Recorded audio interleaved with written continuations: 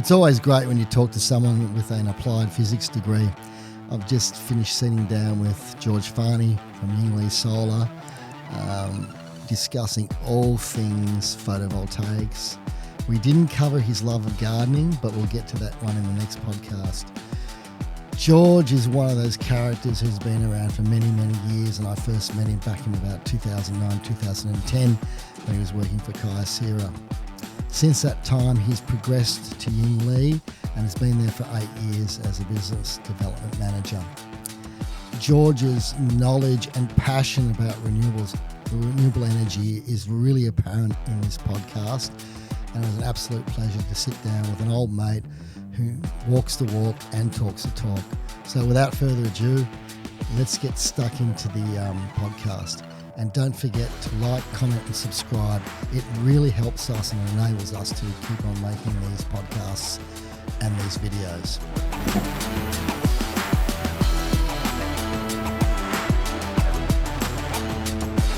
We were talking off camera before, George and I, about coming from a non-sort of Anglo background. Can you sort of elucidate the listeners on your sort of story? Yeah, so I'll tell you a bit about my family. Look, the Phanis, they came in probably around the mid-50s, I'd say. Yeah, Dad came in to Australia around 61 and Mum about 10 years after that. So we've got a big family. You know, they all came from Cyprus, a little Greek island in the Mediterranean Sea, Greek speaking. I'd probably have to take a year off to visit the family, around Australia. What, that many? That many. Wow. The kids had kids and so on. I grew up going to school in a multicultural school, essentially. It was, in the 80s, essentially, and, coming in from that type of environment, I moved into a school just before high school where I was essentially the only WOG in the school. Wow. So I had to adapt pretty quickly. Where was that? Yeah, I was in the Sutherland Shire. Yeah.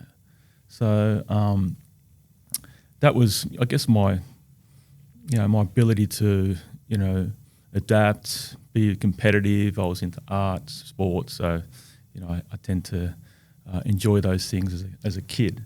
Yeah, pretty much excelled in that area. The competition, I guess, drove me. Yeah, wow.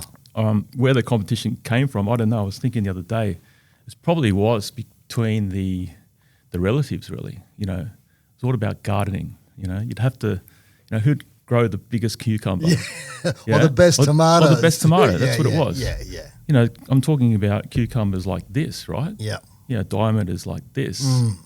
Tastiest things you've ever had, right? Dad he had chickens.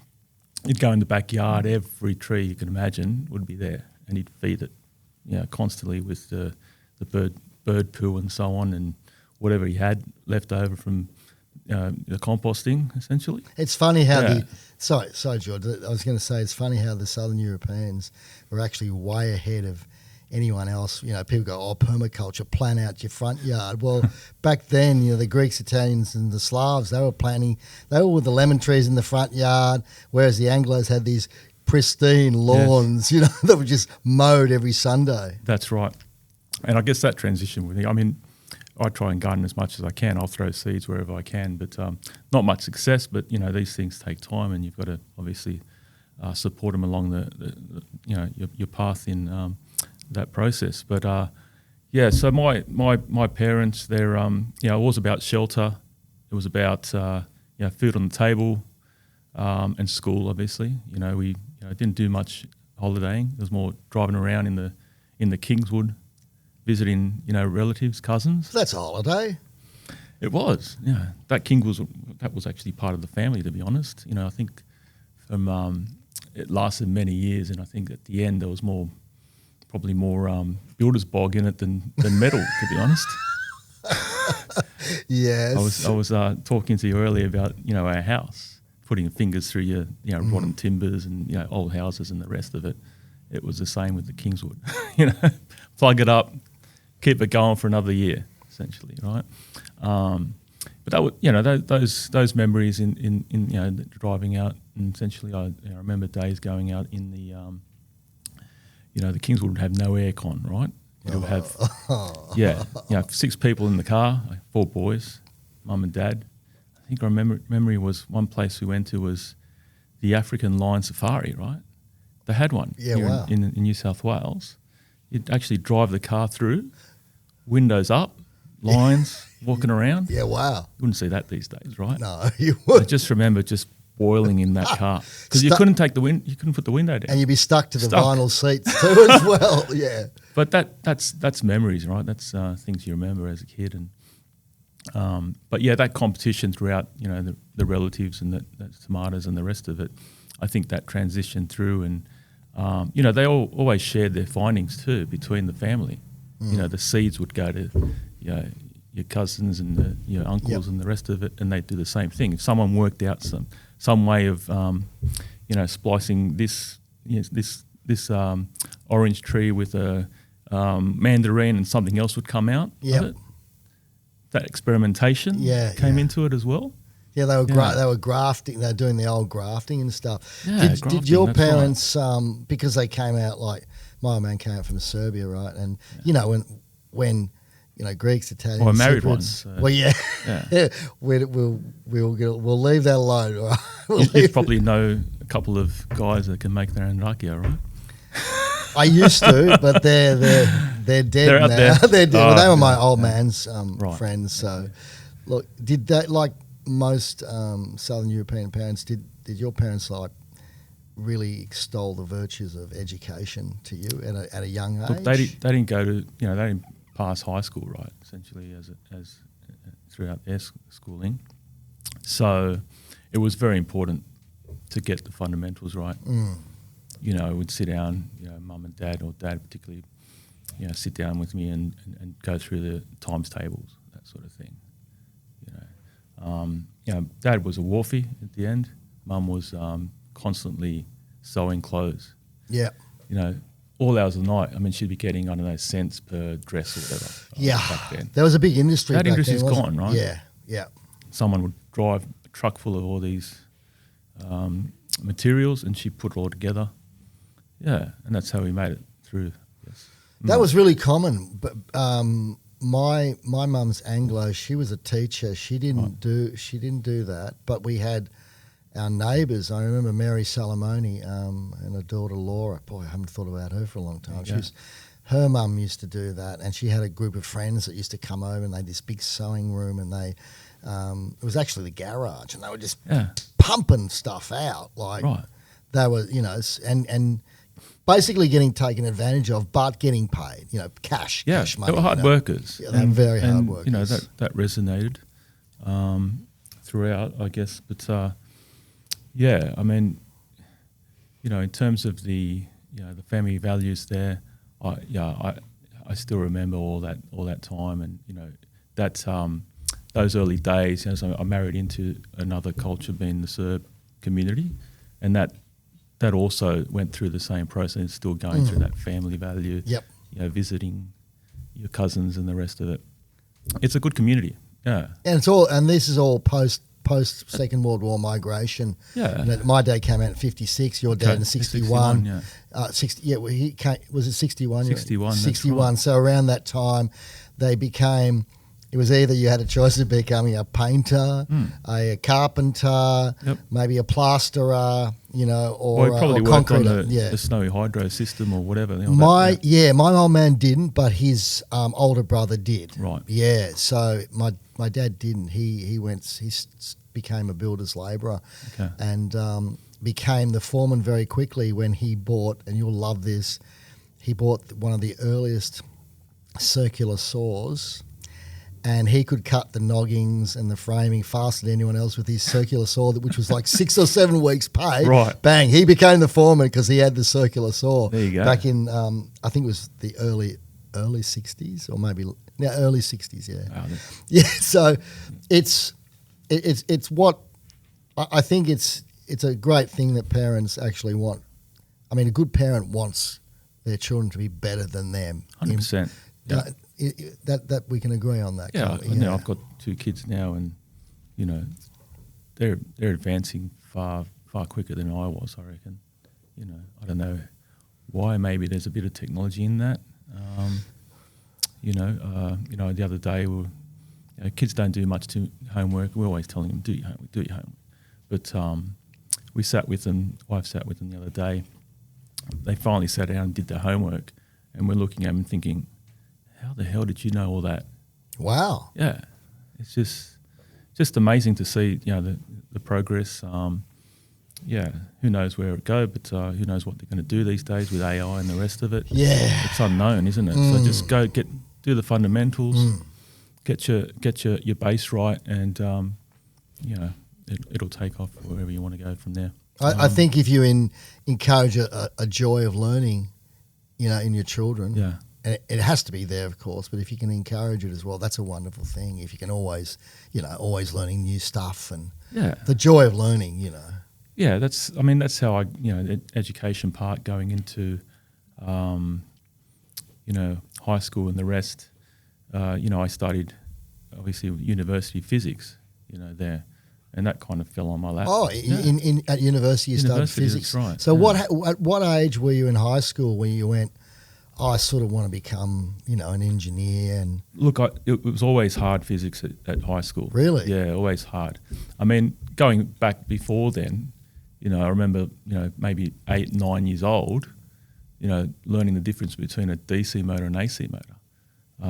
Pulling apart a electric, they don't call them electric vehicles back then, right? They were remote control cars, right? You pull the motor out. I remember once I got this massive DC motor, little kid, and 2 wires coming out. I plugged it straight into the socket in the home, right? And I couldn't see or hear for a while, but that was my learning how things work. Very quickly. But but physics was always hard at high school. The score I ended up getting at high school matched up with physics, and physics is basically a broader spectrum of most sciences as well. It's about an innate understanding of the world, isn't it? Physics. It is. It's basically putting a number against some event, characterising it, and then analysing it, looking for patterns. Essentially, we're pattern makers, aren't we? As human beings, we're always trying to find patterns and create patterns. 100%. Patterns are everywhere. You got the waves coming in and out.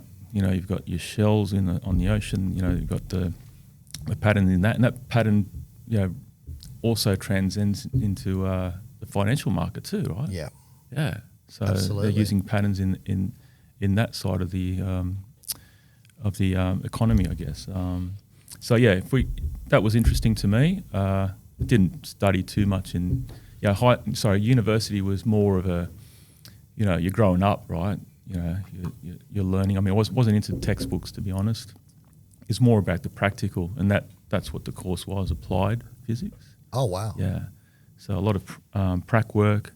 That was interesting to me. Yeah. Solar energy, which that's my career. Wasn't really reflecting too much in the early days. I mean, I remember doing maybe some, presentations on, CO2 and climate change in the early days, but it wasn't really front and center. Yeah. Yeah. So that's how I got into physics. I played a lot of basketball at physics even. At the university. That was a way of getting out of some of the the difficulty in breaking it up essentially, and that side of the the basketball through the teamwork. You learned about how to the leadership part as well. So coming out of university, I had to do some experience. So actual field work, that was part of the course. Okay. So that's how I actually got into solar. So there was a job going. One of my lecturers at the time at the university, Igor, his name, he's mentioned there was a job going. So kind of like a startup industry. Didn't really know it was solar related. So I went for this interview. It was at ANSTO. Do you know where ANSTO? No. So it's the only nuclear reactor in Australia. Oh, that's why I don't know it. Wow. So that was where in New South Wales, of course. New South Wales, Of course. Yeah. So put on my best suit. Essentially, went up for the interview. I mean, he started asking some questions. I think some of the questions were like, what's a diode? What's the breakdown voltage of a diode?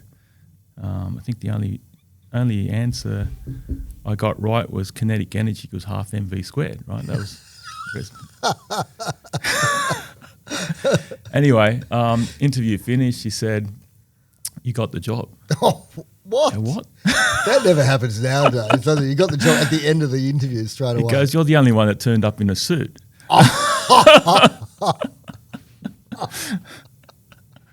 From then on, so we're in a nuclear reactor working on material science, new types of solar panels. Obviously, they had all the equipment within that, and at that time, you're starting to get into that Kyocera protocol, area where investment interest started to grow. That was about 97 when I started that path. So almost 30 years ago. Wow. Yeah. Yes. So this technology basically it's not silicon based. It's titanium dioxide screen printed like you would screen print a T-shirt. Yeah, right. This is the stuff, the whitener they put in toothpaste.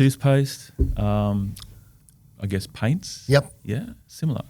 So the idea was to get a low cost, because silicon prices back then were, I guess, over $10 a watt. Right. We had to get it down to cents through this process.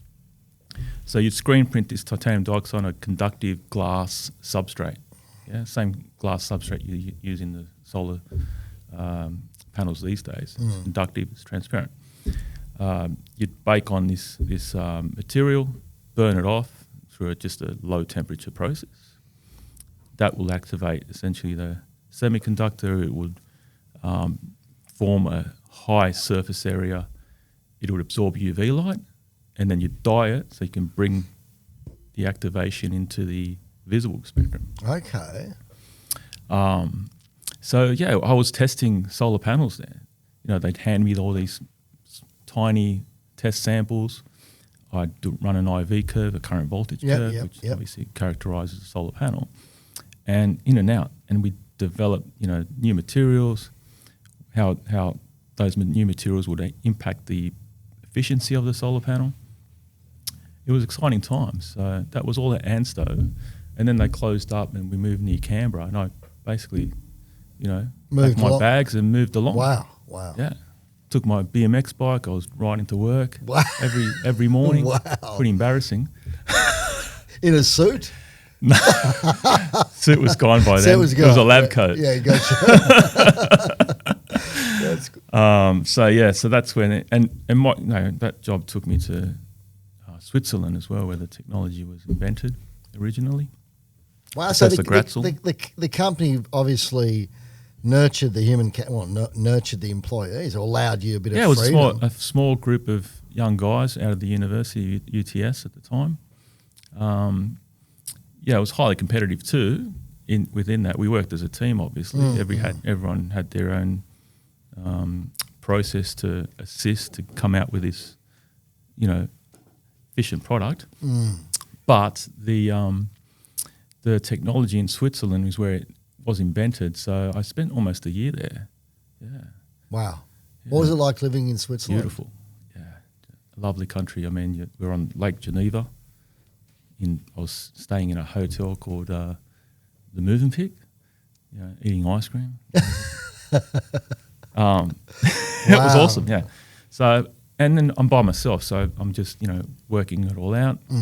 There's a bunch of other scientists. How old are you now? 20, 25, 26? Yeah, around about that time. Yeah. So my job was effectively to bring back a cell that was that big and trying to make it into something that's more. When you say that big, can you just describe exactly what size, all roundabout? About less than, say, half a centimetre by half a centimetre. Okay, yeah. That was a test cell, and again, you change the materials, and that test cell would define the performance based on the materials that you're using. Different materials you add, you'd tweak little things, and then and a lot of it in Australia, when I went back, that was a lot of that was funded by government agencies, investors coming in. We were setting up pilot productions. I was running pilot productions there, trying to get this cell. And, as a team, we were trying to get this this product into a process where you can actually apply it to building integrated applications, because in itself it was transparent, so you could see through it. It was a smart or electric window. Right, way back then. Back then, wow. Yeah. So around that time, also the traditional silicon technologies were evolving too, right? But we were going down a different path. Yeah. In parallel to all that, so it was. I mean, I remember one time we worked so hard, and it was just all hours sometimes. I remember one project we had to meet a deadline. Maybe I think it was a midnight deadline, right?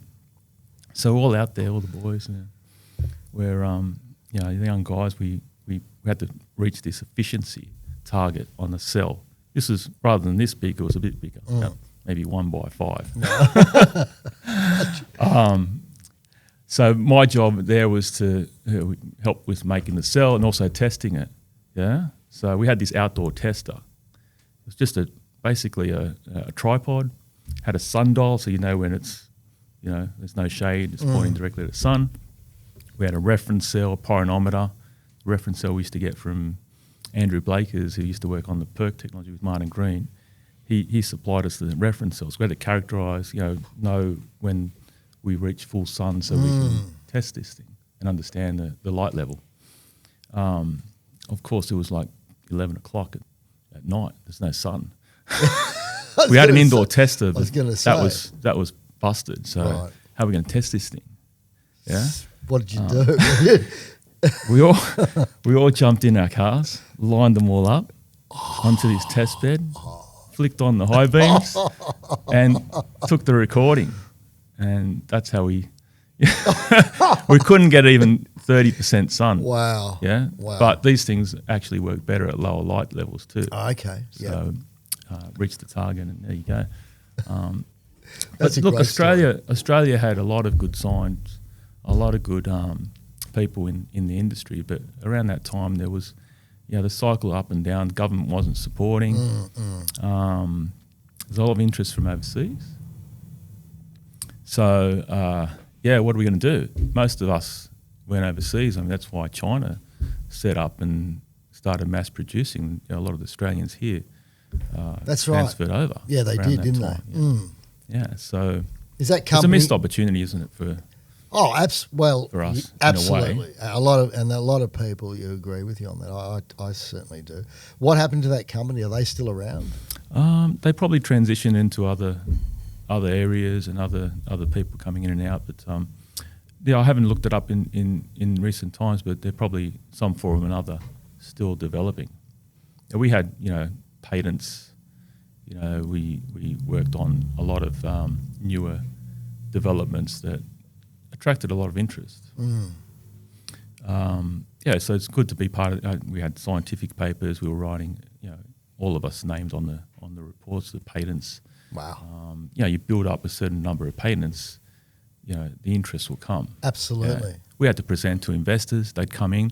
I mean, I went to Greek school, for example, one day a week when I was younger. Dad used to say, one day you're gonna need this. You said, sure, Dad. Yeah, right. Yeah. I don't think I learned much there either. I was more playing handball with the rest of the kids. Yeah. But I remember one investor came in from Greece. He didn't know any English, so I had to sit in there translating. Whoa! Broken English. How'd you go? Went all right. Yeah. It was a pretty proud moment, to be honest. Yeah. Just remember what Dad said. I think it's. I mean, on a slight sidetrack, it's great to be like multilingual. It's good from a cultural perspective, and also fantastic for your brain. Well, in Switzerland, you had there's 3 languages: French, German, and Italian. Of course. Yeah, and English. So it's actually 4. Yeah, so Lausanne's more English. I actually, at one stage I thought, this is going to be an extended stay. So I went and took up some French lessons.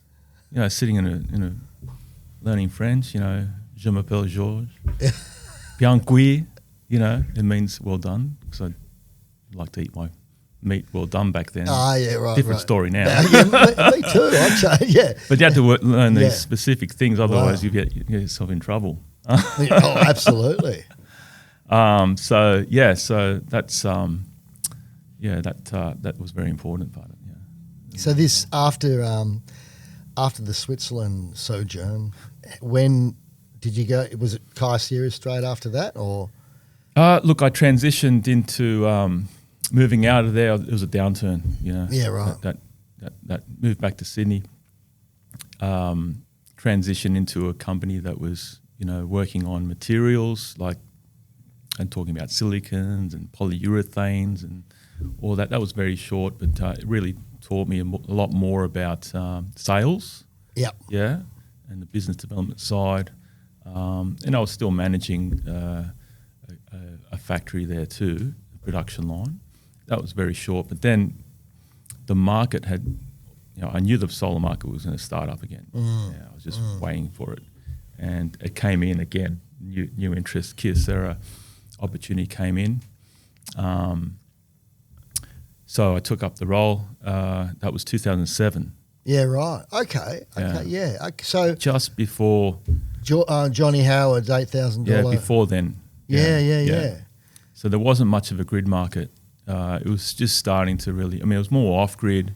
My first role was managing a pile of warranties. Yeah. Off grid guys. Homes running on solar. Yeah. Angriest people you ever talk to.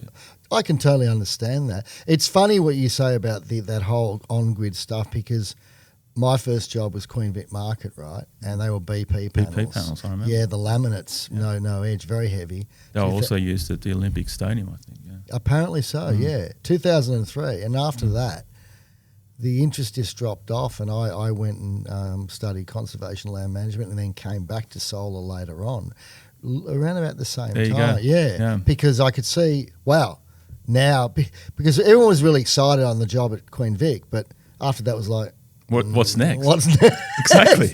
and there was only the odd off-grid job. So here you are. It's 2007. Yeah. You're so I've gone for an interview. Yep. Suit on, whatever. Oh, you wore a I was late for the interview. You wore a suit again. I did, yeah. I was late for the interview. I was going down Centennial Road in Sydney, traffic everywhere. Looking to the left of the Sydney markets in the future, we'd be working on a project there actually. But it was Mark Shakeshaft. Yes. He interviewed me. He gave me, no worries. He was pretty upset I was late. It's funny, things go either way, right? But he let me attend. Got the job. Working with some good people there in the industry, pioneers.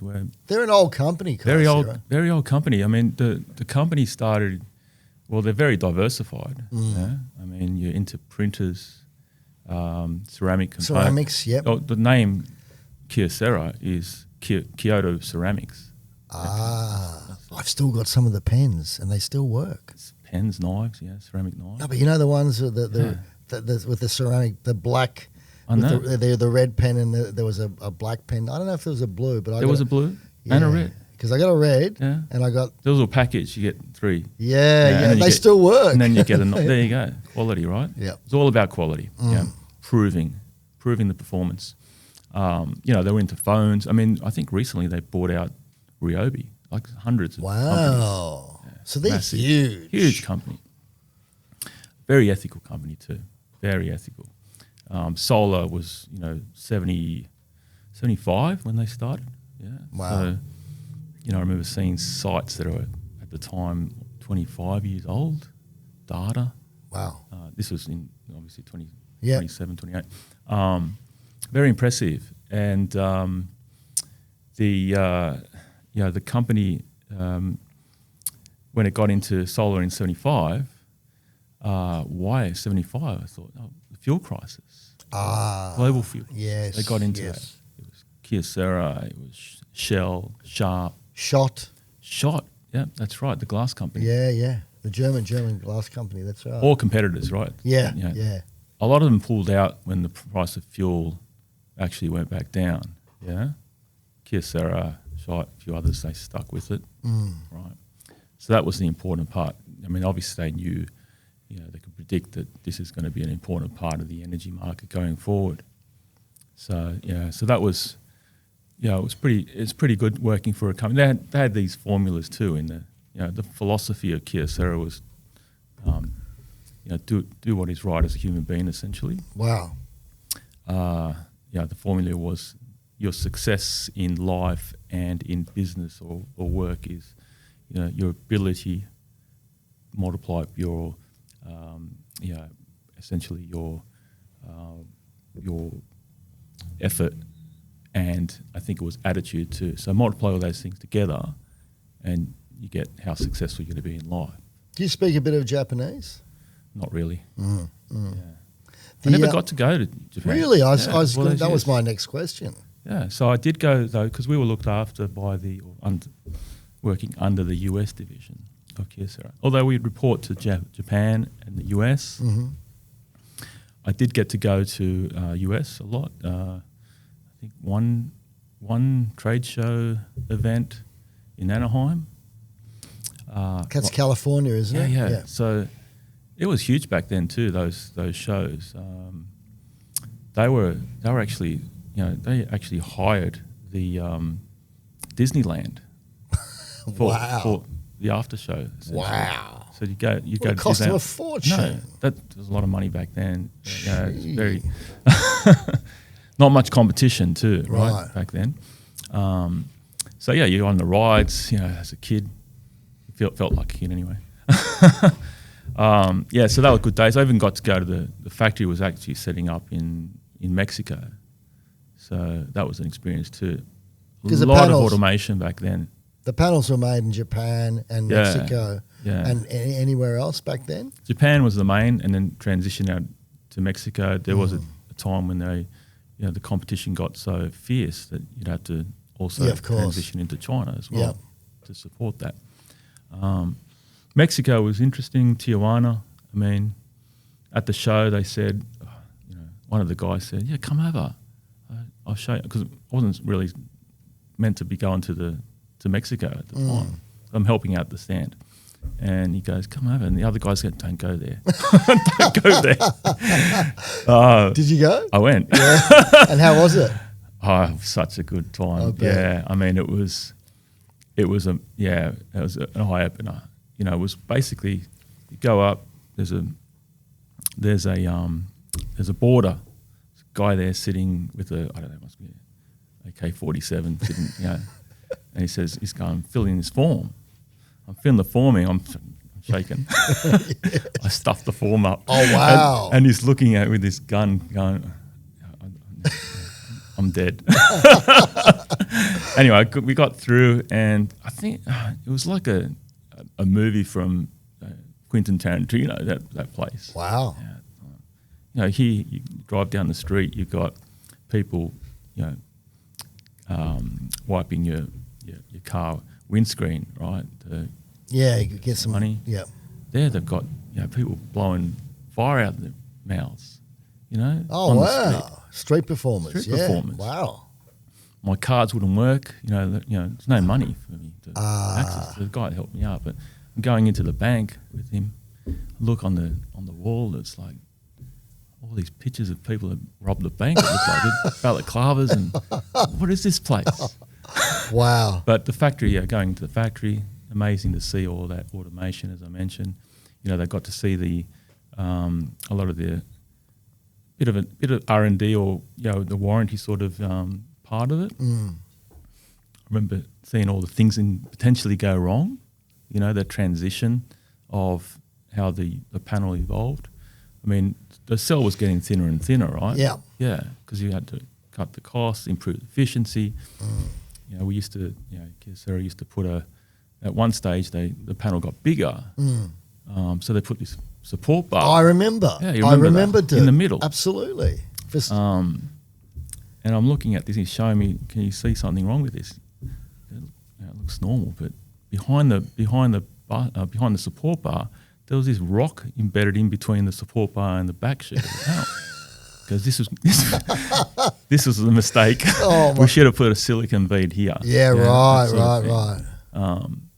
So yeah, obviously the wind could blow and Yes. vibration, the rest of it. So it's all a learning curve, isn't it? Absolutely. And Kyocera had that learning curve. It was decades before any of the others started. So that's I think one of the projects. There's a quality message, right? And the Prius came out in, I think it was 97. The Prius, electric hybrid car back then, right? I know, that was Crazy. way ahead of its Way time. ahead. It came to 2009, and actually Toyota and Kyocera had worked together to embed one of the solar panels in the roof of the Prius. Right. That was 2009. So that was great. I mean, for us, that really helped us get the message across. Obviously, the quality message, because you're aligning with a brand. Yes. Toyota's known for reliability, quality, quality and reliability. and all of a sudden, this panel had passed the automotive standard. So wow, that's huge. Was that the first time a panel had passed an automotive standard that you know of? Well, in production, definitely, I'd say. Yeah, wow. That was, you wouldn't even know there was a panel in it, other than going up and we knew what to look like. I mean, I rang up Toyota Sydney here in Australia when I heard the news. We had a trade show coming up in Canberra, and I thought, let's give these guys a ring. Maybe I can borrow this Prius and take it down. So I'm ringing up. Can I borrow one of your Priuses? Our panels in it. Because they had no idea. Wow. They said, yeah, take it. So I got it for a week. We drove it down to the show, EV mode into the facility there. They even gave us one of the Toyota salespeople to come in with us and help us out. Wow. Good car back then. I mean, had all the features. Had it for a week, so I went down to the snow as well. Took a snowboard. And well done. Why not? Why not indeed? Yeah. So that quality message, we took it on. Later on, we'd actually do a lot of work with Toyota plants here. I mean, they were making cars in Melbourne, right? Camry. Yep. Very reliable car. Yeah. So tender came up for I think it was a 500 or kilowatt system. I think that was 2013, 14. Yeah. So one of the guys who used to work for Kyocera, Matt Linney, Autonomous Energy at the time. Oh, right, yeah. Yeah, they were, obviously they were a good customer of Kyocera's. We wanted to support that partnerships, right? So that tender came up. The competition back then was starting to really, grow. What year are we talking now? Like 2013, 14. Yeah. I mean, a lot of the Chinese products are starting to flow in heavily as well. They were earlier as well, because when I was at Harmonic Energy, there was that explosion of solar companies after the $8,000 rebate. There was a crap load of cheap Chinese panels that really didn't last for very long. Well, in the early days, I mean, the Chinese were obviously learning. They were, They were learning. It's a learning curve. That's the thing. Right. Yeah. So Kyocera had the start on that. I mean, they mass-produced the multi-crystalline solar cells. So obviously, China would catch up very quickly. But back then, it was still the results in the field were starting to become evident.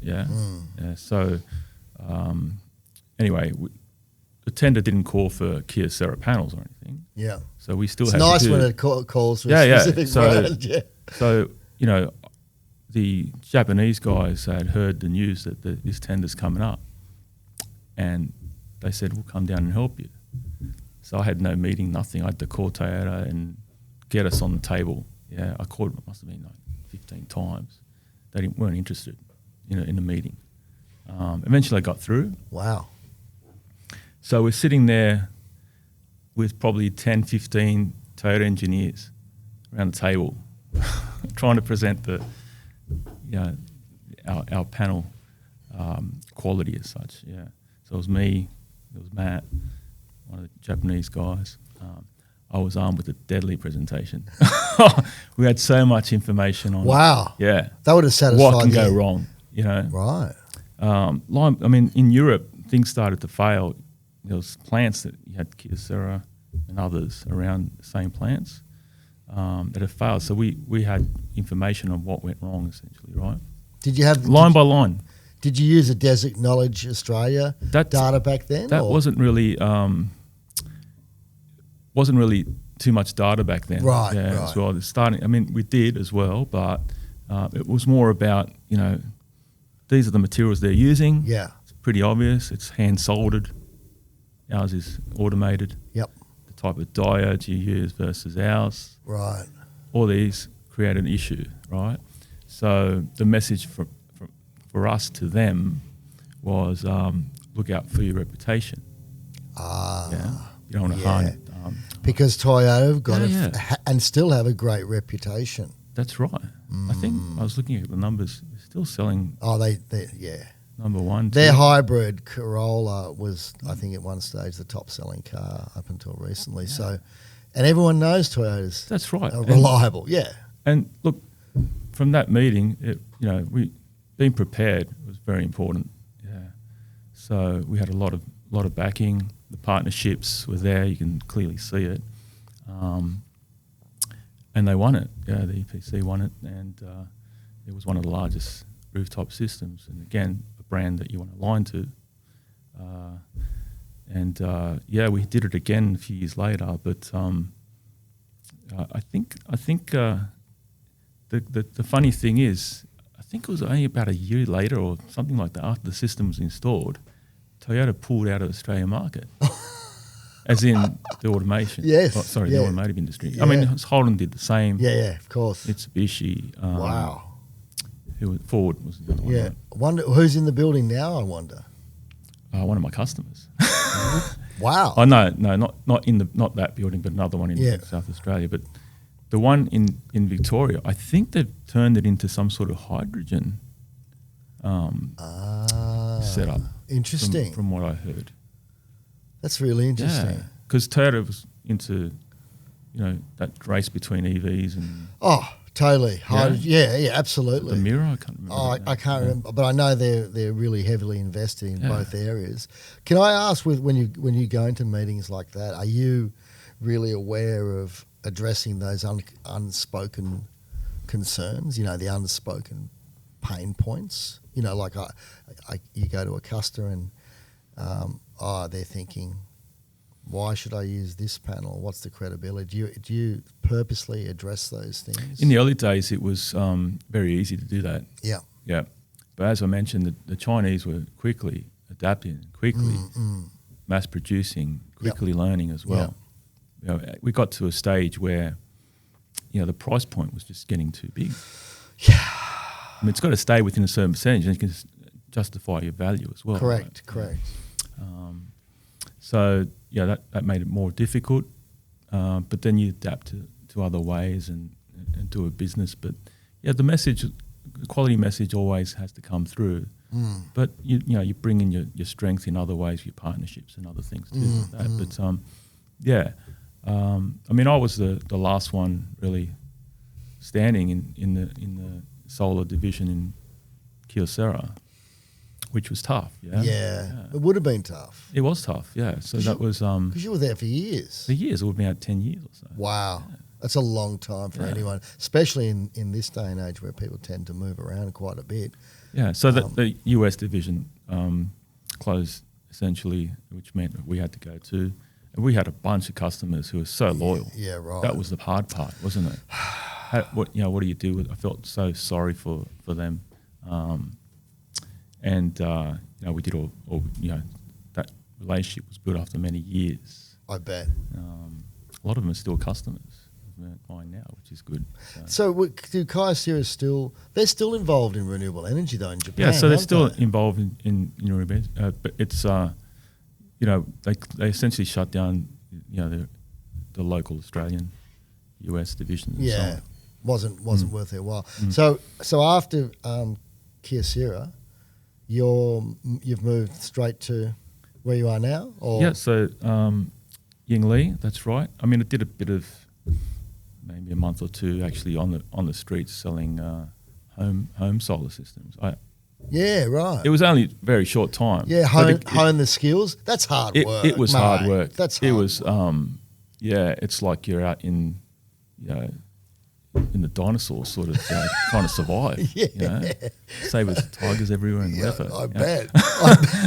Now you do develop some pretty interesting skills. It was great. I don't have any issue or concerns in what I did there. That was, again, understanding the end customer. Yeah. We were dealing mainly with businesses or installers or whatever it was. Now you're in front of a mum and dad. Yeah. Yeah, it's a different.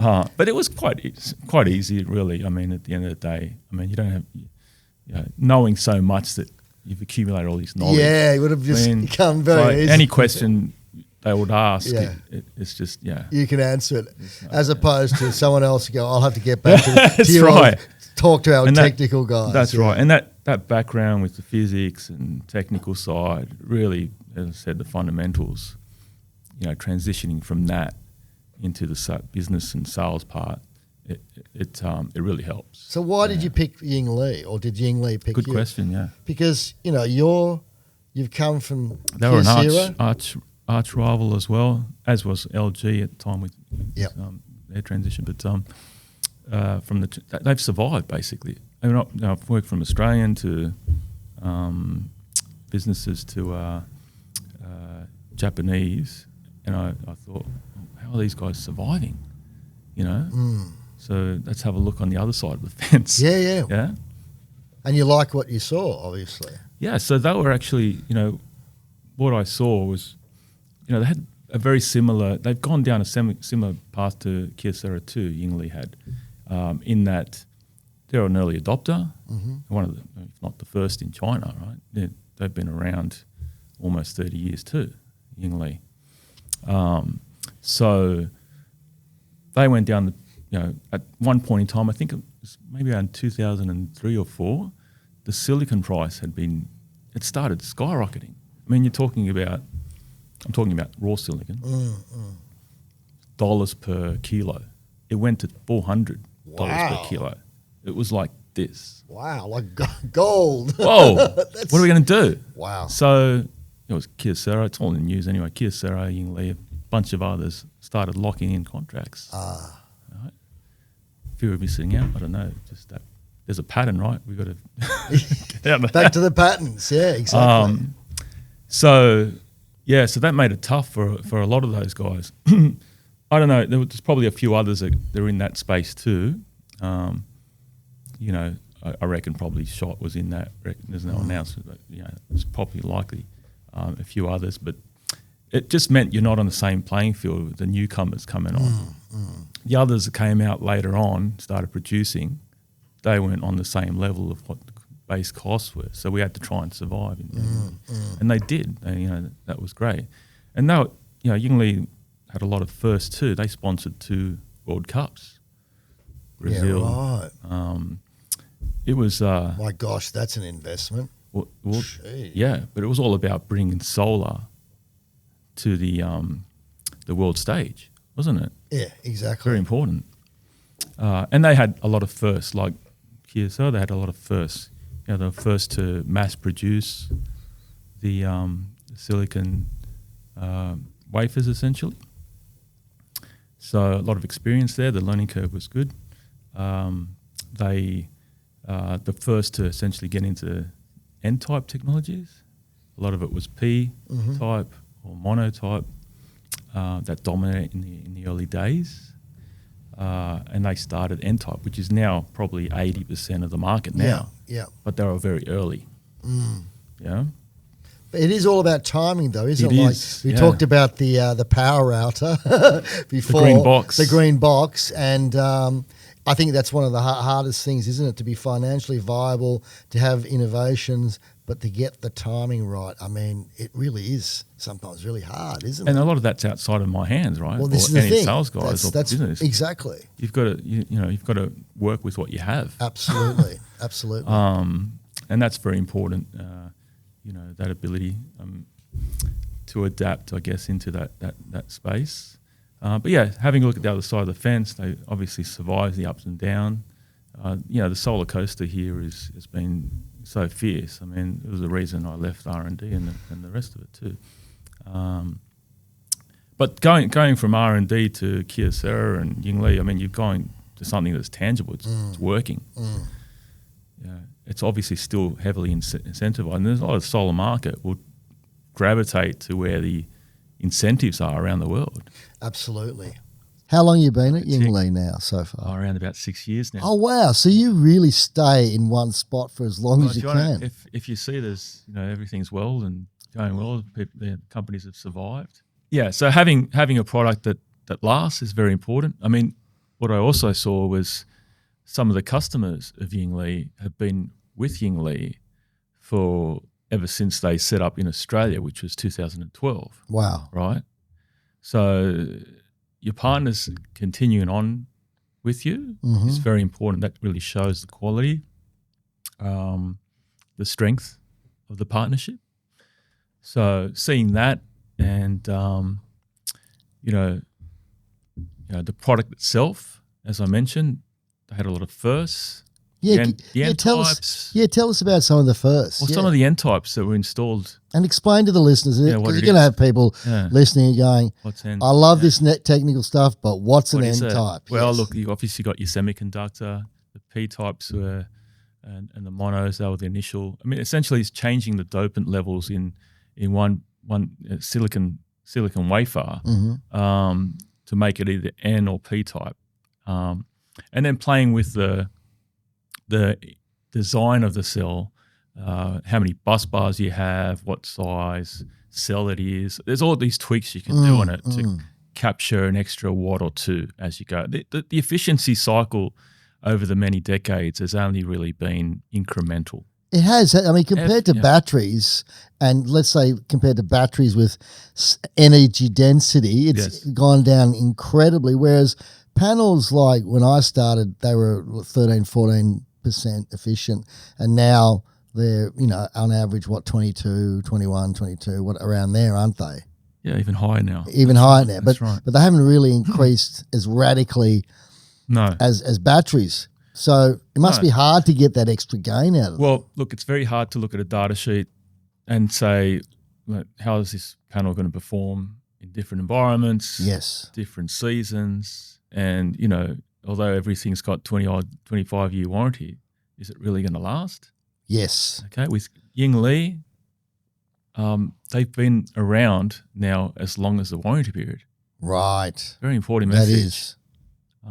And they've survived the ups and downs of the industry. They've been number one in the past. Yep. So they got to that stage, but these days with all the mass production, the oversupply that's happening.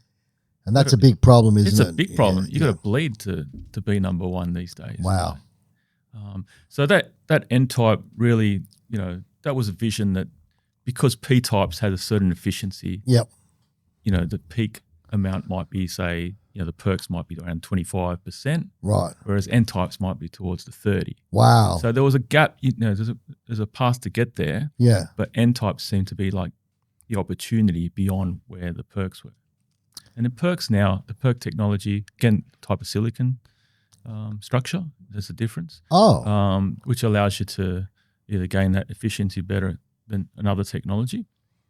They're probably around 10% of the market now. So it really rapidly evolved. And that technology is rapidly evolving still. Mm-hmm. So if you make the wrong direction or decision in your choice of technology as a manufacturer and all that investment is not realized, you're going to get yourself into trouble. I'm laughing, George, because I'm old enough to remember, maybe you are too, VHS versus beta. Well, see, we didn't have a VHS when we were growing up.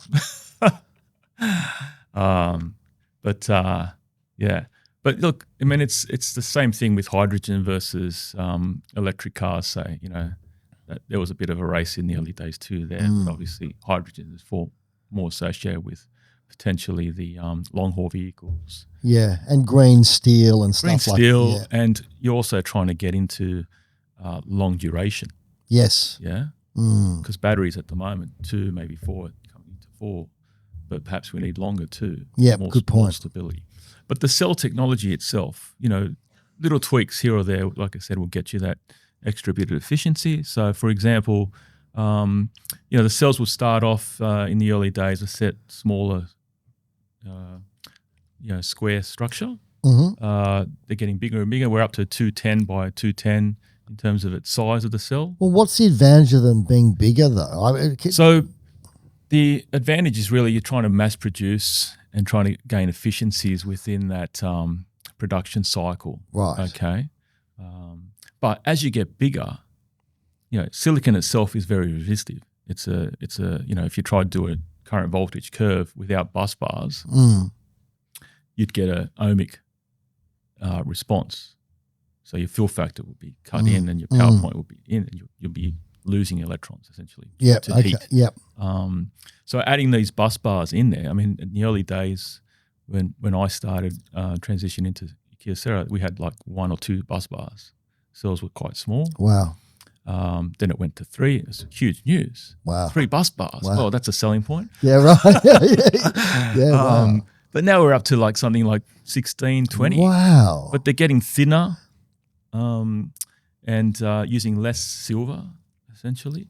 Silver is a very high conductor. It's the most conductive material. That's right. So the earlier cells with the 2 bus bars, as I mentioned, microcracks were a big problem essentially in that space. So if the cell would crack on the edge away from the bus bar, as the light comes in, the photon, electron comes out. It's got to go out to the external circuit, so it's going through the bus bar and silver grid on the cell. And if it can't find it, essentially, it's not attracted. It's going to fall away. And be lost. Essentially, path of least resistance, effectively. So that's the idea, but getting more of those on there, so the probability of that electron being captured to essentially power the load. But there must be a marginal point of diminishing returns where you can't put in 1,000 bus bars. But you know what I mean? I wouldn't be surprised. No, but it's it just depends on how thin they are. And look, having the bus bars on there has another advantage.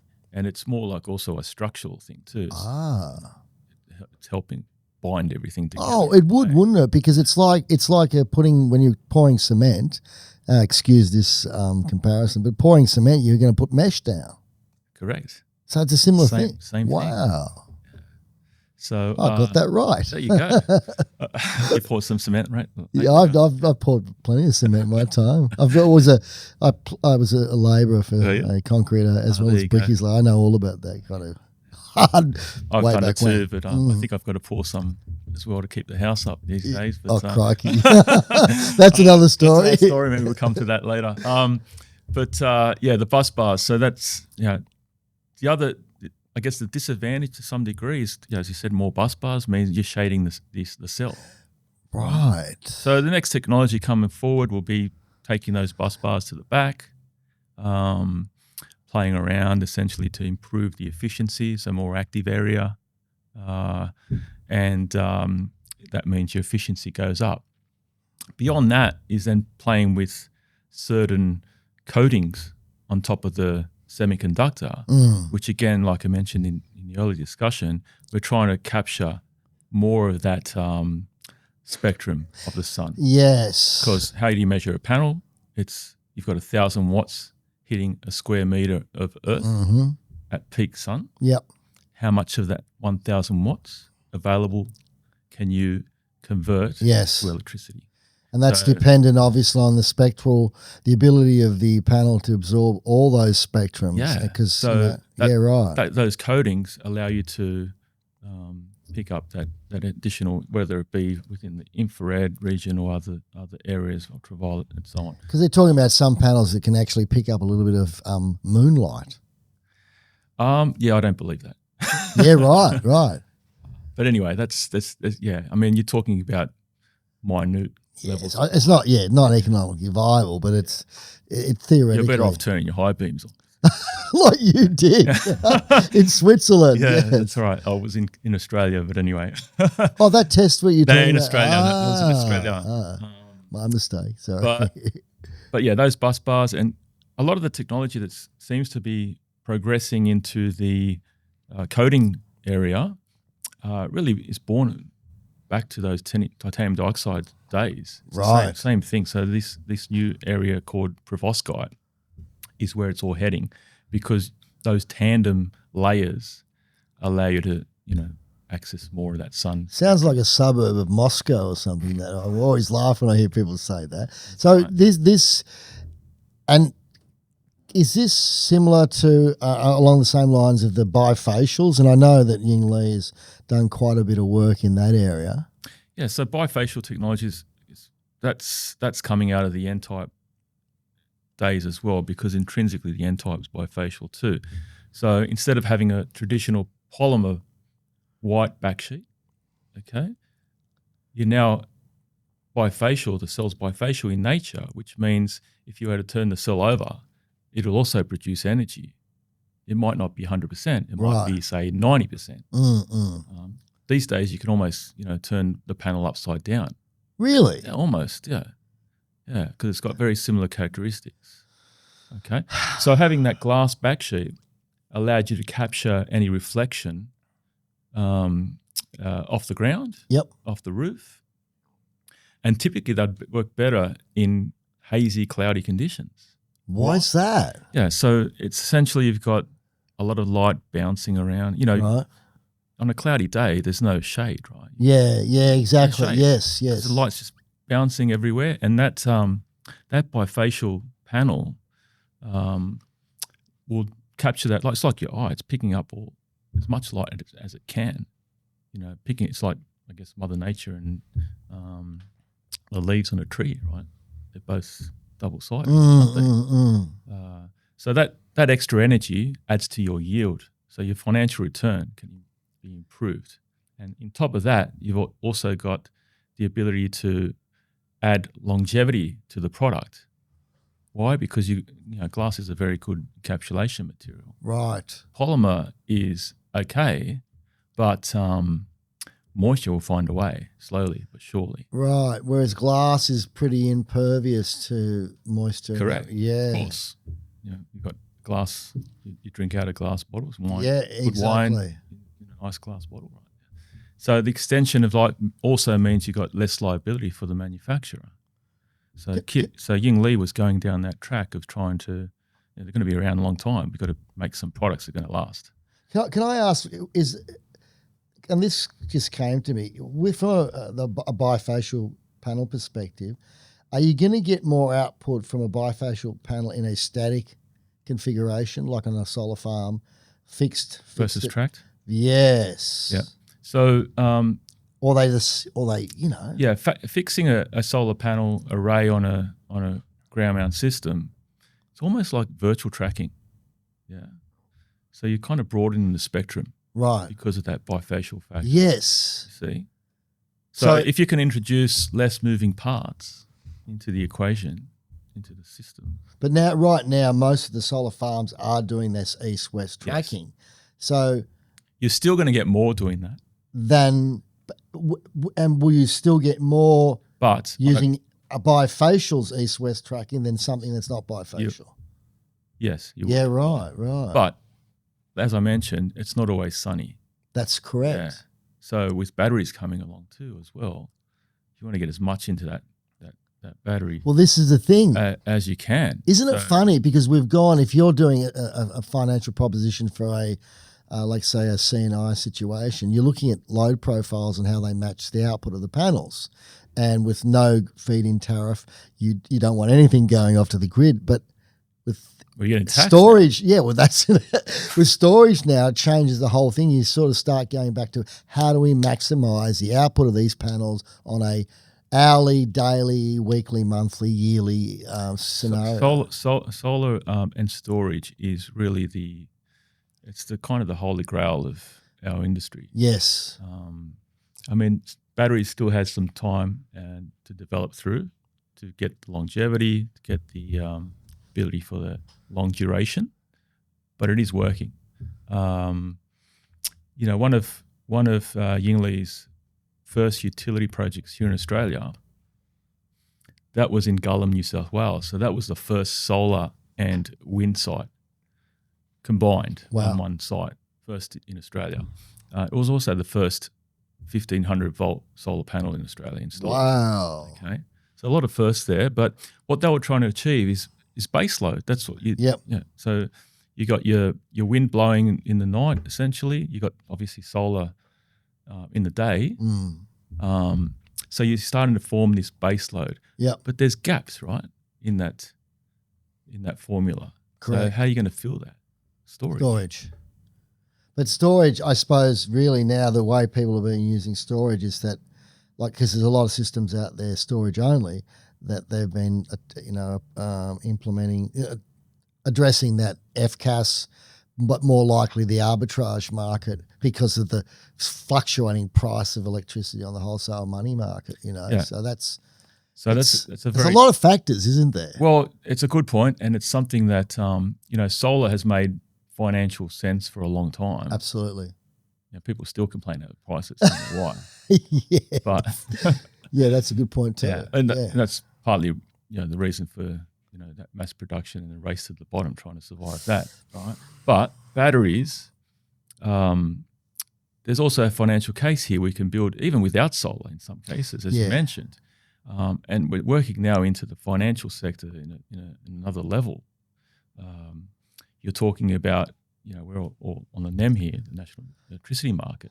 Yep. Which is separate from the west side. Yep. It's becoming intermittent because of a lot of solar. Some areas got so much solar on that we're forming essentially a duck curve. Yeah. In the generation and demand. So during the middle of the day, so much solar that there's a risk for it going negative. Yeah, I've heard One that. of the first projects I worked with when I went to, in the early days with the Kyocera, we were working with Ergon. So magnetic island off the Townsville coast, yeah. They covered the whole island with solar panels. You're talking about, skateboard parks with solar panel shades on top. Wow, very cool. Bike stands with solar panel shades. Wow. Community centres, all that. That was years ago, right? Yeah. And the whole idea was to try and mitigate the need to run a main cable across. And that worked for smart meters too. Definitely worked. Yes. So that's that excess solar during the middle of the day has to be managed. So how do you manage it? You soak it up with a battery. And do you think, I know Yingli are involved in by the sounds of it, they're involved in, they understand that intrinsic relationship between solar and storage. Is that what you think other panel manufacturers are looking at as well? Are they all? I think they're all starting to move into that section too, because they understand that as I mentioned, that's the missing link to the equation. So we're partnering with companies that are working into different technologies other than solar, like storage, hydrogen. 'Cause at the end of the day, all this has to be captured using renewables. Absolutely. Okay? Absolutely. So if we can make hydrogen by powering the electrolyzer with a solar system, great. Absolutely. Excess solar, what am I going to do with it? Put it in a battery, make some hydrogen, store it for later. Yes. There's some countries, it might be, seasonal in terms of several months. It's quite dark, and other months it's like so much sun you can't. Yes. What are you going to do with all this time? We're talking the northern hemisphere up towards the Arctic. You're dead right. You can't store it in a battery too much. It's maybe you can put some hydrogen, store it for the later seasons.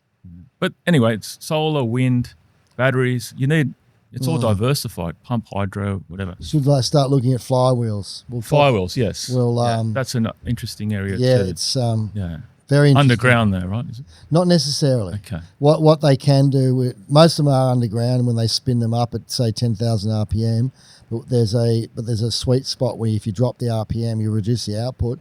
They actually don't have such stringent compliance regulations, and you can put them above ground. And how long Do they last? Yeah, versus a battery, would it be a few hours or? Oh, they can deliver energy you're talking about. Well, one, they can deliver it more quickly, right?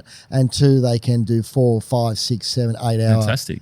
And there are no chemicals involved. You can take them down to 100% all day, every day, no discharge, and they last for 30 years. The only problem is, George, at this point in time, when you're looking at energy density and cost, people are always going for the lithium iron phosphate at this point in time. They are. Because firewalls are bloody more expensive. That's the challenge. But you have a combination system with, say, Yingli panels, wind turbines, chemical battery, kinetic energy storage system, firewall battery. Man, you got a kick-ass system. You have to diversify. You absolutely have to. And it works. I mean, it works. Definitely. We've gone and visited some C&I battery sites at the moment where, Victoria and Sydney, they're out there. They're installed. I mean, they're basically arbitraging. They're buying low, selling high. Yes. And there's certain times as a network that switching off coal as we're going forward, it's going to become more and more intermittent. It's going to become more and more spikes are going to occur in the network. If we can capture those spikes, that's it. And smooth them out. Yes. Then you're going to make some serious money. Well, and then people are already doing that now. I've seen the financials. Yeah. The paybacks are well within 5 years. Yeah, wow. Isn't that crazy, though, even without solar? I mean, I find it strange, that there isn't solar, but then again, there's some sites that are so small that you can't put solar up and these batteries go on these sites. I'd like to get back to Yingli and panel sizes. Yes. Like what's the at this point in time, what's the biggest sort of panel that Yingli produce? Like, how big is it? So at the moment, the largest is around about 1.3 meters wide by 2.4 roughly, 2.3. And what's the output of? Somewhere around 730, 750. Yeah. Okay, so you can make a kilowatt solar panel if you want. It's just more cells. But surely it gets to a certain point physically where the glass, the flexibility of the glass, because we were talking about this off camera. Yeah. At what point? I mean, are we reaching that point? Potentially. That's a big panel. You'd have to adjust certain materials, being thicker glass or otherwise, to stop some of the flexing and so on. Right. Yeah, it's all about engineering for the environment as well. I mean, these panels are going to go all around the world, right? Absolutely. It's not like you can make one just for Australia. As if you would. Yeah, population of 27 million, bugger that. Now you want to make it for like billions. And some are going on ground mount systems. Correct. Some are going on rooftop systems. Yeah. Maybe but if you can make a panel, or choose a set number of panels for, say, different sectors of the market. I mean, you've got your residential. Yeah. You're not going to put a 700-watt panel on a house. That'll become the roof. I'm sure they want it, but good luck with the installers getting up. No, that doesn't work. But that must be hard from like Yingli's perspective and any other panel manufacturer to go, what do we concentrate on? We can't go and concentrate on 20 different markets, right? We can't concentrate just on one. That's all eggs in one basket. It must be really hard. And are you involved in those kind of conversations with them? We're lucky enough to have at least 3 base models: resi, C&I, rooftop, and utility. That's smart. So that's enough of a, and there's obviously applications in between, but it's enough of a spectrum of products to fit all the major areas in the industry. The resi market here is, as you know, it's booming. It's been booming for a long time. Yeah. Heavily incentivized. Yes. Up until 2030, right? Yes, exactly. With the STCs. Yes. Small-scale technology. After that, though, we're not on the resi, but the C&I, the VEECs still. Yep. There's talk of the VEECs going past 2030. Yeah. So yeah. So right now, the C&I space, we're heavily involved with that. Yingli has been concentrating specifically in that C&I space and small utility space. Residential side, we partner with the distribution wholesale market as well, and they manage that pretty effectively. And the C&I, the largest C&I opportunities. I mean, one of the customers is today, I think, is about to start a 6.5 megawatt solar rooftop system in Sydney. Whoa. Yeah. Whoa. Using Yingli 590 watt. I'll say it again. Whoa, that's the biggest of the big. It's huge. That'll be the biggest in Australia. And that's one of the projects, you know, Wow. when I was driving past on the way to get a job to Kyocera, that's where we started. It was a carport structure at 150 back in 2014 or 15. Wow. In that same site. Crikey.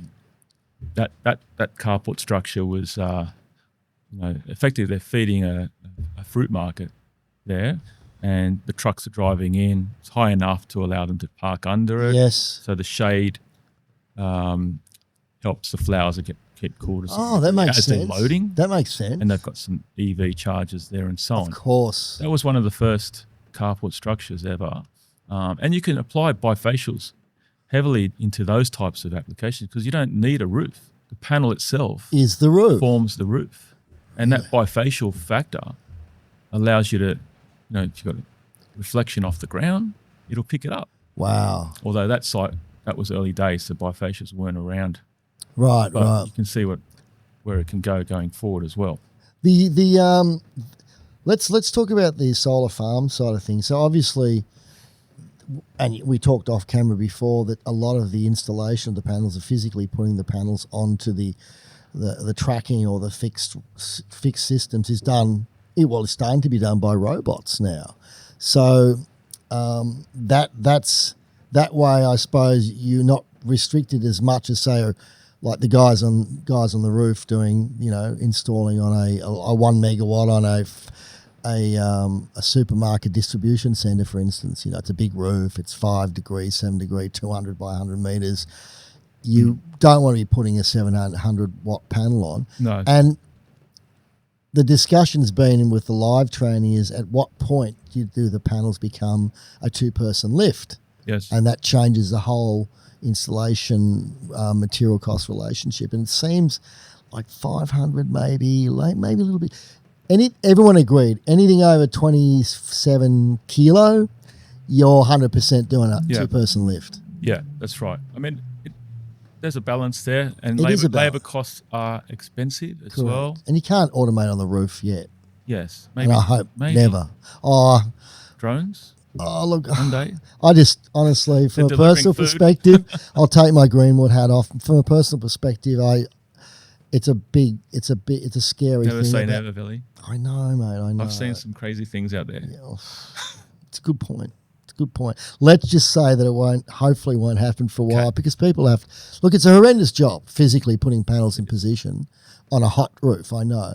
But there's that point where you don't want the panels too big. So the panel offerings in the C&I space from Yingli are what kind of sizes are we talking about? Yeah, so you're talking from resi around 1.7 by 1.1. Yeah, what's that, like a 400, 440, Yep. 450, Yep. going into 470, that sort of space. Yep. And then we cross over to a 590, which is 2.2 by 1.1. Right. There's also talk of maybe a smaller, somewhere in between. Yep. And then you go to the larger ones, which are more like 1.1 by 2.3, starting in the utility sector. Oh, okay. And then that really and that big bigger one, which is wider. Yeah. So more interest is in that 1.1 wide. Right. Why? Because it's easier to handle. Yes. We human beings That's are not, despite AI, we're not being modified by AI yet.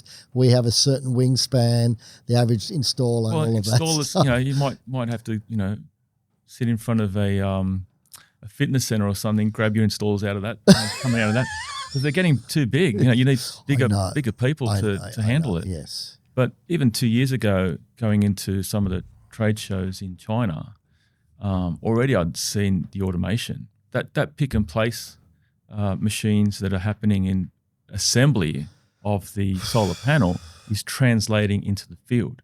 Yeah. That's still on the ground mount jobs. It's Ground not mount jobs. Rooftop is still, you need to get that size. But it's also dependent on the structural engineering report. Oh, That's very important because a sales guy or thinking, I can put 1,000 panels on this easy. but it turns out you can only put 600 This is a very common thing, apparently. Yes, I was because yes. of the weight Absolutely, or the pressures. and the distribution. In some cases, some roofs require counterweight on the other side Makes sense. because Balance. of the structure, Because- the way it's designed. And let's face it, all these new roofs are not. None of the roofs are designed to put solar on. That's a big problem. That's the thing. Yeah, I think that's one of the biggest issues.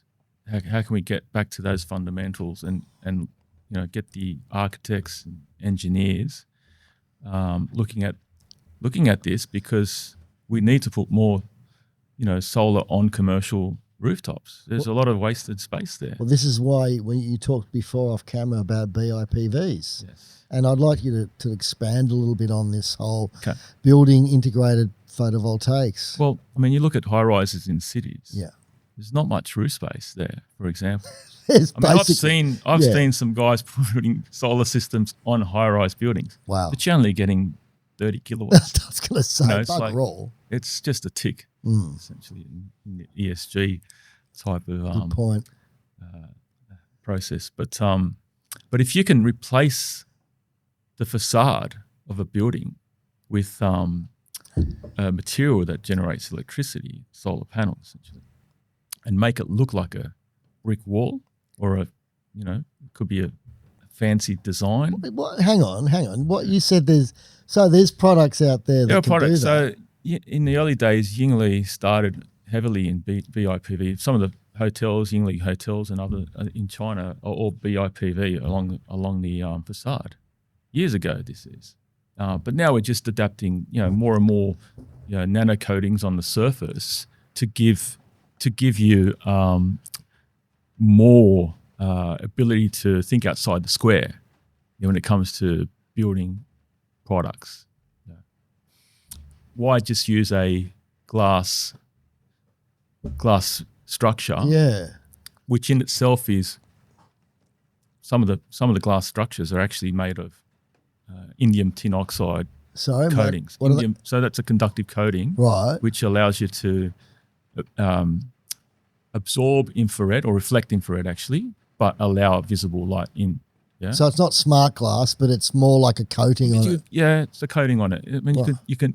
Smart might be, might go opaque or something like that. Right. Yeah, that's the next level. But but that's the idea. Is now making a cell structure within the laminate, Yeah. and then coating it so it doesn't look like a solar panel. It can blend into the Wow. aesthetics of what the architect had in mind. Well, that means the solar panel manufacturers have to get in with the developers, Yes. with the politicians, the regulators, and the architects, and all of that, because it makes perfect sense. You've got a product that can actually generate electricity and serve the purpose of being a piece of glass. Is amazing. Well, you can actually get a payback out of this. You're not going to really get the payback too much of a standard piece of a brick wall. No. Yeah? I mean, No. yeah. Even if it's, it's not ideal in terms of, ideally you need to point solar panels, to the sun, at an ideal angle. But you're now talking about a vertical. Yeah. And then you're talking about shading as well. But I've seen this. There's buildings in Melbourne, you wouldn't even know they were solar panels. Yeah, wow. But they're using standard, inverter systems. Yep. Multiple MPPTs to manage the shading. Yep. There's a lot of potential, but it's not. It's a fairly niche market. Right. And but the big developers are starting to, and the architects are starting to see the advantages.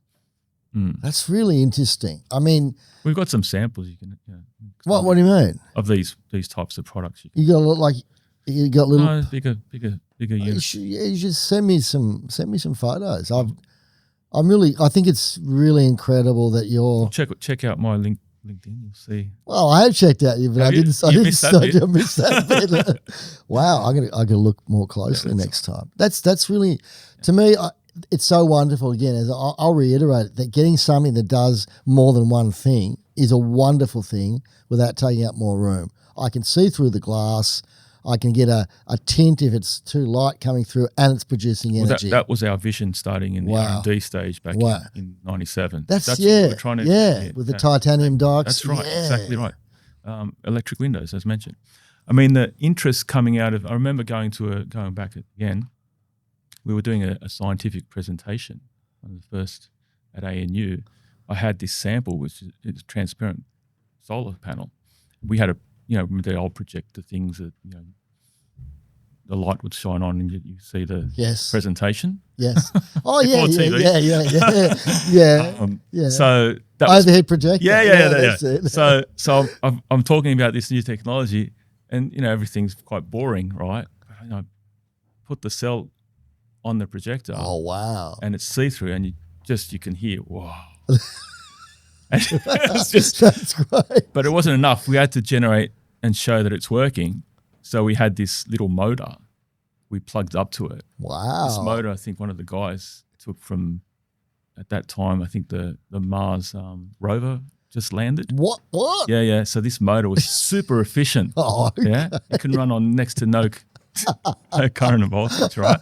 Wow. So we used one of those. I don't know how we got it. Wow. Stole it probably. Yeah, maybe. But that really showed that people like this. People love Absolutely. solar. Yeah, but you just show that it was working, and but that BIPV has progressed throughout Yingli's process and the rest, and the opportunities is massive. But I think the word has to get out. More trials have to come in. Again, thinking outside. I mean, with batteries, we mentioned earlier, talking about roof space and available space. A C&I battery is just a cabinet. Yeah, exactly. It's sitting in a spot where it's correct. No one's using. Correct. It can sit there quietly, just trading with the network. That's right. Yeah, that's right. That's the opportunity that going forward is in just looking at that space and where can we use, where can we actively generate income. Rooftop systems. You're not using the roof anyway.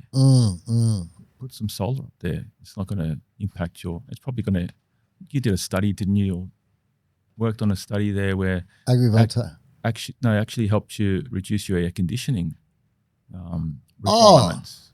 That was one of the videos way back. One of the videos, yeah, that's what I remember. Way back when, yes. Yeah, that was very interesting too. Oh yeah, it's the issue is in this day and age, I suppose, is there's not much. No one. I got to be careful here. No one talks about treading more lightly and reducing their consumption because there's not that much money in doing that. Yes. Right? Because, like for instance, turning things off at your home, reducing the consumption before you even look at renewable energy and all of that stuff. You're smiling now because we've had this conversation many years ago. So, but personally, I'm all for that. Tread more lightly. On that note, I love the idea of, and I've spoken about it a bit, and we've been involved with a couple of projects. We've got another one coming up, agri-voltaics, and the whole agri-voltaics with panels in a dead vertical configuration, bifacial. George, yeah, perfect. Your thoughts? And I've also got some of Dad's old seeds if you want to. Well, you bought under. We can grow some cucumbers under. You bought some along? Yeah. Seriously? Anyway, that's. Look, agrivoltaics. I think it's also you're adding value, aren't you? Yeah, you're adding value to a otherwise a plant sitting out on the field. Well, it's that or livestock, because the issue with a lot of the solar farms, you do not want them to displace viable agricultural land. That's right. The key. So if you can what they call a mixed land use proposition by putting the panels on in a certain configuration that allows you to, between the rows, to actually crop out or run livestock, but you're producing energy and probably producing a lot more than people think because of the cooling effect of the panel being in that vertical configuration using bifacials. Yep. There's been a few studies. There have been a few studies. So it's one of our customers amazing. In New Zealand is actually working in that process where some of the reports that are coming out are showing that the value of the land and I guess the healthiness essentially, or that land is improving with solar being out in the field. Well, you're absolutely right, because what happens beneath the solar panel creates a microclimate, moisture, and also the drip line, even if it's less so in a tracking situation, but if you're in a static situation, you're going to get a drip line, and they've actually increased water retention in the Fantastic. soil. Everything loves it, and the panels love it too because they would prefer to have grass Correct. under them because it reduces the temperature of the panel. Yes, which so it's improves win the bloody output. win all the way. 'Cause temperature is obviously also a killer in material science as well. Yeah. I think the formula is every 10 degrees rise in temperature is a doubling in materials degradation. So if you can Right. improve that by reducing that temperature in the environment and application, then you can potentially improve the lifetime of the asset. That's never a true word. It's And, really and the sheep love it. the Shade. Well, they love it for quite exactly. They love shade, despite what people think about sheep in hot sun. When they give birth, they're protected from predatory animals, especially eagles. There's a whole host of pros for the agrivoltaics. I wanted to move away back to the solar panel itself and some technical stuff, and I wanted to talk about panel degradation rates, especially if someone's analysing multiple panels for, say, a big farm, a big solar farm, or even a CNI situation, because as we know, panels last a long time. What's your views on the whole panel degradation side of things? Yeah, so at the moment, our panels with Yingli have a 30-year performance warranty.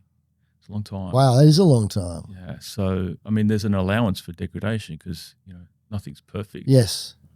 As you know. So that allowance allows you to drop in about 20% over that time frame. So there is degradation in anything. It's just a matter of trying to mitigate and slow down that process as best you can. And that obviously that comes from experience in the manufacturing sector, understanding what can go wrong. Yep.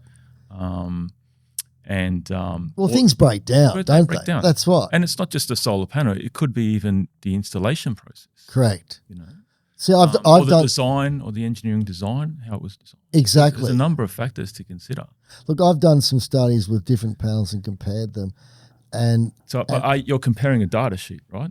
Yes. See? And that's the thing. That's all I've got to go on, and I've gone and said, look, if you're looking at that first basic metric of payback period, panels that are the same size that vary in their panel degradation, they're about much of a muchness, payback 5-6 years, whatever, depending, all other things being equal. It's only when you go out to 15, 20 and 25 years, you suddenly go, hang on a sec, that system's producing another $1 million worth of energy at an assumed levelized cost. So, and we were talking off camera about this, how a lot of the financial, they're looking very short term. So the financial sector is looking for, a set number of years. It could be 5 years. Yep.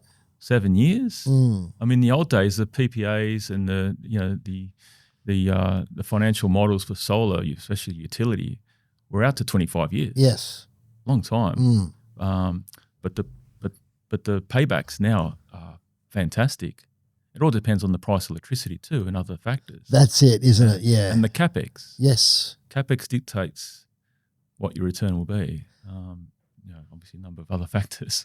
So that capex OPEX relationship, part of it. That's the ultimate thing. How can you reduce that capex but still maintain a quality system that's going to last for it shouldn't be beyond the financial pay. Because at the end of the day, yes, PPAs have, at the end of that term might be 5 years or 10 years, you can reapply and access a new PPA model because the price of electricity may be a different spot back then. That's when we enter the realms of speculation about how much electricity no one can will predict be. The future. No one can. But it's rare to see electricity prices going down. that's a given. That's a given. So what assumption are you making? Yes. Going forward on that electricity price as well? It's a model. It is a model. You're looking at a data sheet. It's I know. It's not the only. There's other. I like to see. You're talking about technology and the applications of solar are quite broad.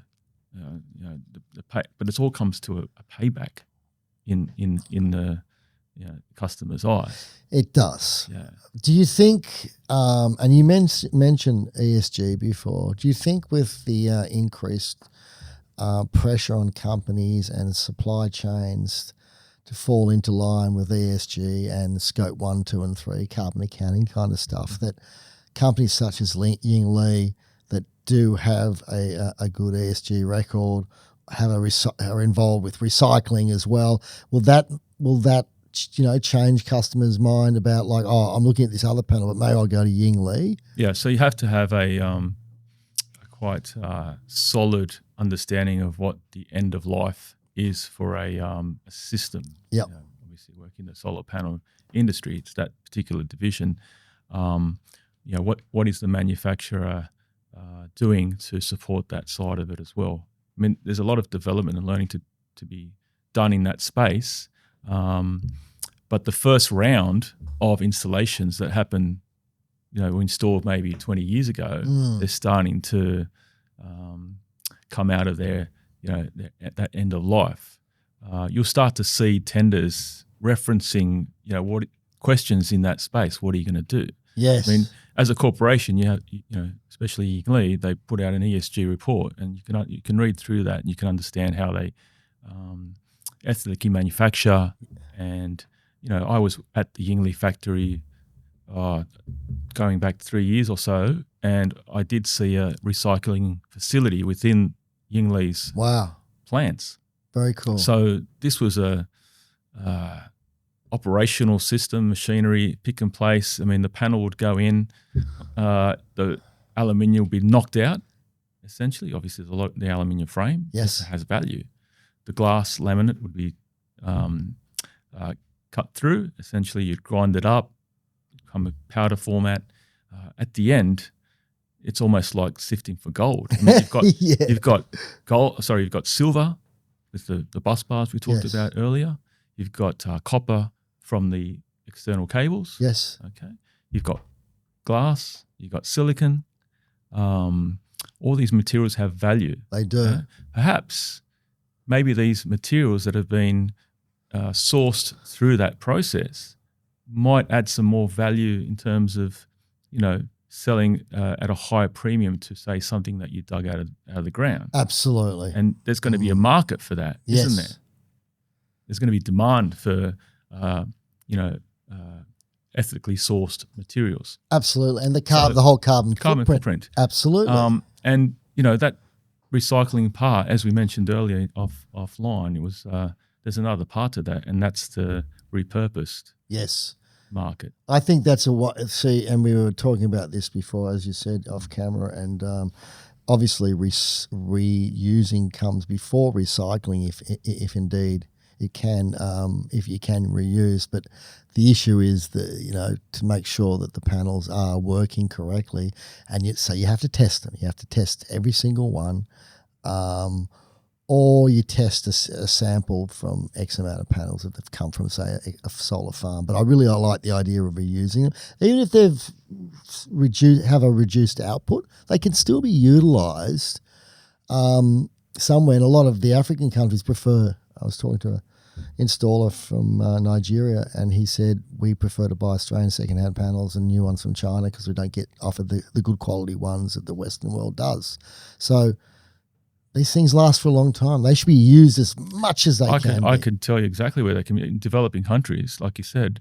I mean, I've been to Fiji, in remote villages there, where we had several, every year they'd come out these small solar home projects in Fiji. One panel on a coconut pole with a little regulator and a battery gets them off kerosene. Yes. Lamp. There's no lighting. There's no. These people are the happiest people I've ever seen in my life. Yeah. Yeah. Going there, just seeing what one panel can make a difference. Refrigeration too, if you can get a few in there. The whole thing about, if you for instance, the island, so you catch some fish, you don't have refrigeration. Yes, there are other techniques potentially to extend the life of the food, but for refrigeration is a try. You know what I mean? Yes. So I think it's... Well, they're living off the land, right? That's right. Which is great. Yeah. But lights out, what do? You go to sleep. Go to sleep. Maybe that's a good thing. Yeah, maybe it's a good thing. It kind of played on my mind being there thinking, what have we done? We actually transitioned them out of this happiness. Oh, right, George, this is another conversation, mate. I know. No, I know what you mean. You know what I mean? Yeah, It's like totally. Because you just said they're some of the happiest people you've met. What's next? AI? Mate. Now, on the subject of AI, is that something, I suppose, like every solar panel company at Yingli would have some AI in regards to maybe testing, like data-driven labs, testing materials, new material stuff and all of that? Yeah, I think that'll progress. I mean, that's where AI is amazing, obviously. And, I grew up watching sci-fi. I love sci-fi and all that. I remember that movie, Space Odyssey. Yes, seen that? Stanley Kubrick, 2001, Space Odyssey. Yeah, AI is all over that, right? Yes, HAL. Wow, which is really IBM. Is it? Okay. Yeah, if you go, if you jump one letter forward, H goes to I. Yeah, okay. HAL, IBM. Well, H goes to I, A goes to B. That makes sense. Yeah. Well, the AI was reading their lips as they were talking, trying to shut them down. Right? It's amazing. Anyway, that's prophesizing those sci-fi movies. But that AI, I mean, it's 100%. It's going to create new jobs, no question. We're going to adapt to that. But how far can we go? We're going to lose a lot of traditional jobs too. We mentioned, these machines going out in the field. Yes. Yeah. Installing solar. That's going to be AI driven. Absolutely. A machine putting panels on a racking system out in the field, right? I saw that done.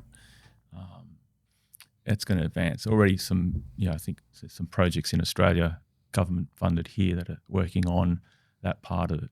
As long as they don't wire up the system, I think you need human beings to do that. Don't say it, George. Don't. Buy a Revolt now. I think I saw the other day. It was like $6,000. What? It walks. It doesn't fall. You can wow. Just put. Yeah, they're combining robotics with AI, and then they have this kind of hive mentality where the lab over in Nova Scotia is learning from the lab in Tokyo, learning from the lab in Sydney. Suddenly they're all So that will be used. I mean, in solar production, obviously there's advantages where you can characterize cells quickly and understand what maybe forward predict that this particular issue might be a small factor on the cell. Should we put it in? Should we not put it in? Maybe AI can help with all that sorting part of it. That will definitely advance through that process. But look, AI needs a lot of power.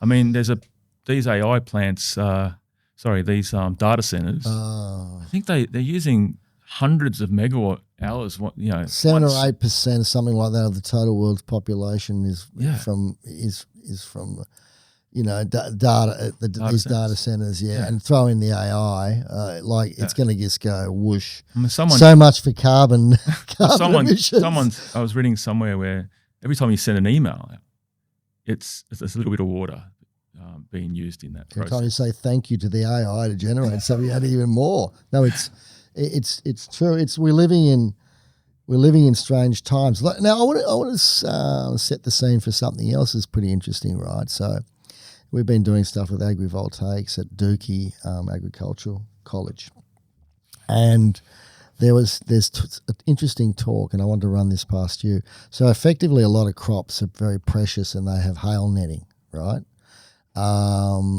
Because you got millions of dollars worth of apples or whatever, and the hail comes, and bang, cherries. There's a lot of high value crops, so they have these hail nets going over. And one of the farmers said, why can't they just get some lightweight solar panel that's semi-see-through that you're weaving into the hail net, but it doesn't have to be one after the other. It can be one every so often. You still generate some energy and you protect from the hail as well. I went, I'll tell you what, that's not a bad idea. Yeah, I mean, solar panels, as we mentioned, can be applied anywhere where the imagine sort of stretches. Transparent solar panels. Yeah, tell us about that. Yeah, so if it's true transparent, yes, you're not generating electricity. Correct. So there's a fine balance. Yes. There. Okay, so but perhaps letting light through into a building is a good thing too, because you don't have to turn the lights on, or that sort of. There's a balance. It's the amount of light you can get. Yes, I mean on a really sunny day, that's when you want the window to be tinted to reduce the amount of light. That's when you're producing the most amount of electricity. That's right. So, and in the fields, if you're growing crops and other things, I mean, I'll give you a good example where solar has been. One site we did visit many years ago. It was a greenhouse set up. There were basically greenhouses as far as the eye can see. I've never seen anything like it. Yes. And it's all the tomatoes and things that have been in Australia. In Australia, Yeah. So they're using a lot of energy to basically keep the environment stable and control the pumping, reverse osmosis equipment coming in. There's ponds feeding these. Yep. These they're growing tomatoes, I bet. Yeah. Yeah, I know. I think not like my dad used to. No, hydroponically grown. Yeah, silas. Yeah. Tasteless. Yeah, exactly. Yeah, you're dead right. They are compared to the good stuff. Anyway, we know what a real tomato. Damn tastes right, we do, George. Damn right. But anyway, what happens? We can't put solar on the roof because it's going to block the light. And during droughts situations, which Australia, we cycle through drought situations, those ponds were dry. Yep. Yeah. And they were trucking water in, truck after truck. I know what you're going to say. Big money. Yeah. Right. So what's the solution? Floating solar. Yeah. So, in the early days, Kyocera in Japan, they were running out of roof space and land. They were reclaiming land and also putting solar up on floats. So that's a good example where solar can sort of fit in and also help with mitigate algae growth. Absolutely. Help. Plus the output of the panels is better because of the evaporation. That's right. And then this, the savings that you'd make in terms of the cost of bringing the trucks in, all that goes into your payback as well. Absolutely, it does. So things like that where I like to go and explore these opportunities out there and really understand that there's so many applications where solar can be installed and to make a financial benefit there. Have you started looking at the big controversial area, right? The big medicinal cannabis grows, and they are being built in Australia, and they're the ideal ones for solar where they're growing totally indoors. They have humongous electrical load. You're talking about a 600 watt light every square metre. We're talking about 50,000 square metres for one greenhouse alone. This is perfect for solar, even to the point if they're using a situation where they are using a greenhouse. You can actually put the panels on the greenhouse, but you'd have to have ones that are semi-translucent for the actual propagating area, for the little cuttings and the seedlings and what have you, that don't require that full light intensity that is required to bring medicinal cannabis to fruition, because they're light hungry. This is a big area, and we've looked at a couple. We didn't win them. One actually had to bring their own HV line in. The electrical loads, George, and they're continuous. They're flat line. They're very easy. Right. Yeah, I think it's something that I would, I don't know if Yingli are doing it. I was nearly going to say Kyocera because I was thinking the old days, but it's something that is definitely worth looking at. Yeah, I agree. I mean, it's the opportunities. I mean, having seen a lot of different applications, that totally makes sense. And I think, it's all about electrical loads, isn't it? How you address them in the most. As you mentioned earlier, you can design a system with a panel, glass, no separator, essentially to allow light through another panel, like a checkered approach. Yes, like you said, with the net. Yes. I mean, that's what they were doing in the early days with carport structures. The very 2004, 5. Were they? Yeah. Right. So because they didn't have that transparent ability, they just whack in a piece of glass in between every odd. That would have been expensive though. Yeah. But that's another way of letting light through. What about farming? Like, I'm not talking about agri-voltaics, but a farmer who may need to run some electric fencing and or wants to generate some energy and has to replace his fencing or he wants to divide Put up some solar. some solar panels. Well, it's economic, no? It's totally economic now. It's actually more economic than a fence. That's the thing, isn't it? It really is. And I reckon they look great. And they're bifacial. It's correct. It's going to capture light. Absolutely. Reflection off the ground. It's a wonderful. I mean, we're going to see it soon. We're gonna, and also on freeways. I think there was a few. Yes. On sound barriers. Sound barriers, yeah. Applications. I mean, it's just. I wouldn't necessarily build a road out of it. Oh no, that's a bit extreme. No, that's pushing it. My gosh, we have covered so much, and we haven't even talked about gardening. Oh, okay. Or anything like that. Well, you've got to give me some advice. I mean, I've got 7 lemon trees growing up in the backyard at the moment. Not one has actually fruit. Well, lemon, the old thing about lemon trees is when you're a young boy, you go out with your dad and you piss on the lemon tree, because they are very nutrient-loving plants and they love ammonia. Okay. And even that's why there's, like, if you've got a lemon tree and you don't collect a lot of the lemons, right, and let them rot underneath, those lemon trees the next year do very, very well. I'm not a big one for adding artificial fertilizers, at all. Yeah. But urea from urine works well. Okay. So and even like chicken. Wife's gonna love that one. Tell the neighbours. Come on over. My tree needs to feed. And chicken manure is pretty good because lemon trees are pretty tough, right?